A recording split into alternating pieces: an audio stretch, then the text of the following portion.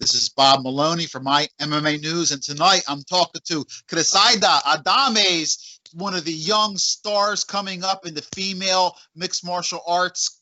She's regionally, she's 2-0 as a pro right now, and she has her third pro fight coming up next week. Criszaida, listen, it's the first time I got to talk to you in a while. Just tell me how you're feeling mentally, emotionally. It's been a while. We've had these COVID restrictions because you were in the middle of terror, 2 big wins against women who were bigger than you, and you had that layoff now. So, how you feeling? I mean, has it been any different with all these restrictions for you? Not really. We kept everything like not normal, but trying to keep everything active, like working out every day, going to the gym, going for a run. And I was actually getting ready for a fight that get canceled back in August in Miami for Combate Americas, but it got canceled.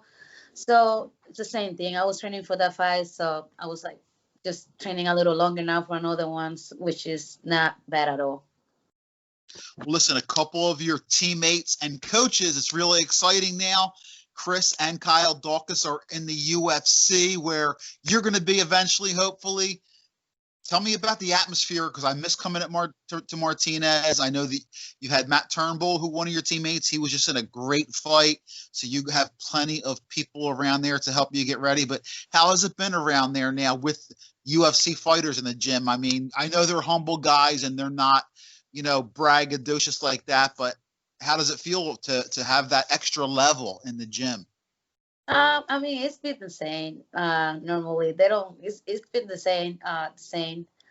Nothing has changed. Like you say, they're really humble. We just make more jokes about it now, like, oh, you guys in the UFC, blah blah blah. But everything is the same. They like helping like everybody like as much as they can. So it's not like a big difference. We like people sometimes. I think a lot of people they didn't even know that they got into the UFC, because they just keep it humble. Um, Not a big deal. It's a big deal for them because obviously they've been working their whole life to be like to achieve their dreams. But it's been it's been normal, but it's more obviously they tell me like a little stuff about the UFC, like about the test and stuff like that. They didn't know. They're like, oh yeah, they test, like they show up at home and then test you. Like they be telling me about their experience, so which is cool and it's really great. But other than that, everything is normal, pretty much.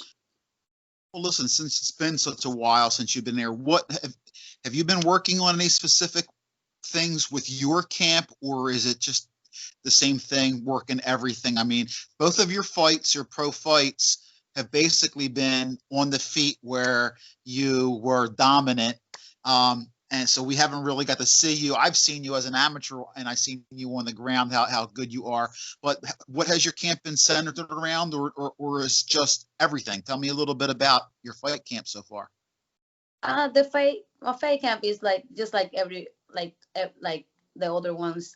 A little bit of everything, just the same, because you got to be ready for anything. Um, I'm trying to be on my feet because like I said, I'm trying to get better on my feet. I'm trying to keep it there and trying to be tough, like take punches and give punches, take and give. And it's the camp has been the same ground or feet, whatever. It's been a little bit of everything. It's nothing as much changed.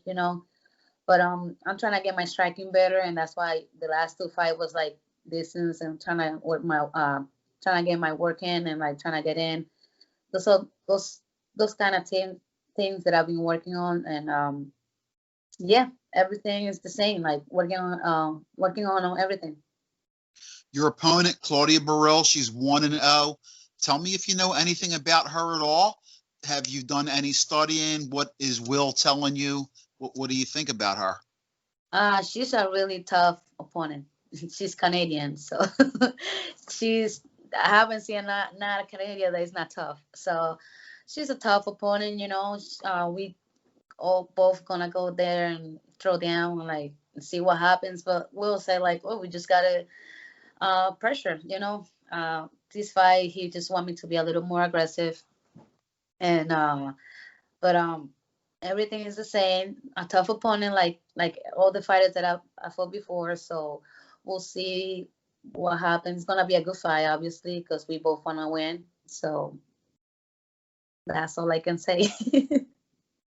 Well, if it's up, you would rather prefer to stand and trade, or if it was tell me what your favorite. Would you like to knock her out? Would you like to take her down and get your first submission?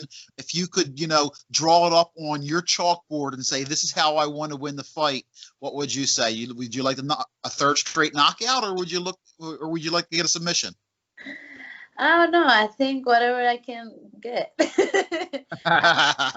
Nah, like I'm not that predictable because I don't want to say like I want to knock her out because I'm not like that. Like I don't know, like whatever I can get, like I don't know, whatever I can get, floor, like on the ground, probably a submission or whatever. It depends, but like everybody fighters, like you want a knockout. Obviously, you want a knockout, but we're so small. I don't think we're gonna get a knockout. We fight at such a small division that is, I mean, I don't know. It's just whatever I can get, I will get. I will get anything. Hey, Unanimous listen, decision. It's a win. Whatever you do.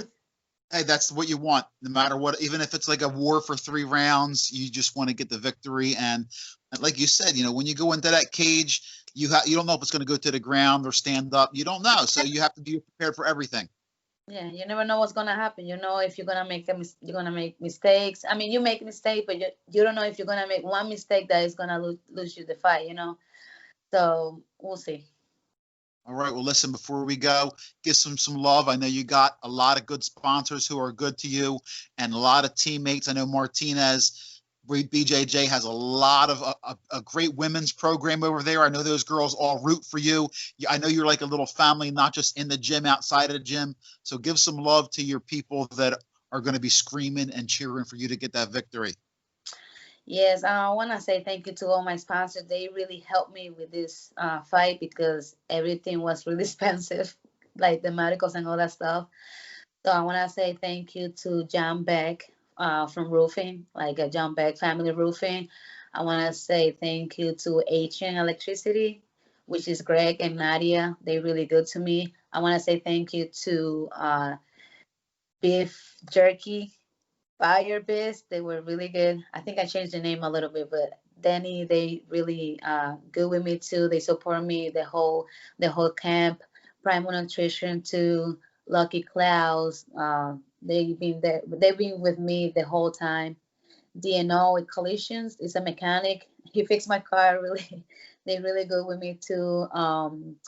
Jennifer Beck that she has, Jennifer Beck and Kelsey, they have their own realtor now, a little company that if you're looking for a house or renting a house, check them out. They're really good. They got a lot of information that will help you or whoever needs a house or renting a house. And yeah, the Gene Martinez BJJ. Let me see who else. I'm trying to make sure I don't forget anybody. Um, I think that's everybody. Ah, I hope I didn't forget anybody. But anyway, all my sponsors, thank you so much for this fight and for all the help they gave me. And all my girls from Martinez BJJ, they helped me a lot because I've been working and they've been working with me with doing the shirts, like Jennifer, my roommate Kimberly, Melissa, they all helping me a lot because they picking up my shirt, like dropping them over here, painting over there, like they've been really good because I'm being so busy that uh, it's like this is my first interview, like my first interview, because somebody else like texted me for an interview and I couldn't do it because I was like I can't, like I don't have time. So I just got back from training, so and I've been working all morning, so thank God for them that they always there when I have a fight and they like always and training with me too. So it's such a is the support is unreal. Like even the shirt, like I never did shirts before, and like I was like, I can't even handle this anymore. Like you guys gotta help me. Like you guys gotta write it down and all that stuff. And they wrote it down. They put the name on the shirts. I'm like, oh, thank God I have you guys, because if not, I will be like lost. Yeah. Well, Criszaida, it was a pleasure talking to you. I feel special since I got the first and only interview so far. I wouldn't let you get away without getting me one. You know that. And I'm a big fan of yours. And I think, you know, you have a very bright future because you're not just talented, but you're dedicated and you're skilled, and wish you nothing but the best. And, you know, we'll talk again after your fight. Best of luck to you in your final preparations and whatever weight cut you have. And give my love to your team. To tell Coach Will I was asking. And we will talk to you very soon. Like I said, I know that mixed martial arts, especially the female portion of it in this area, is in good hands with you and your teammates. And I look forward to not just this fight from you, but for the rest of your career. It's going to be exciting. Thanks again. Thank you so much, Bob. Thank you for having me. Anytime.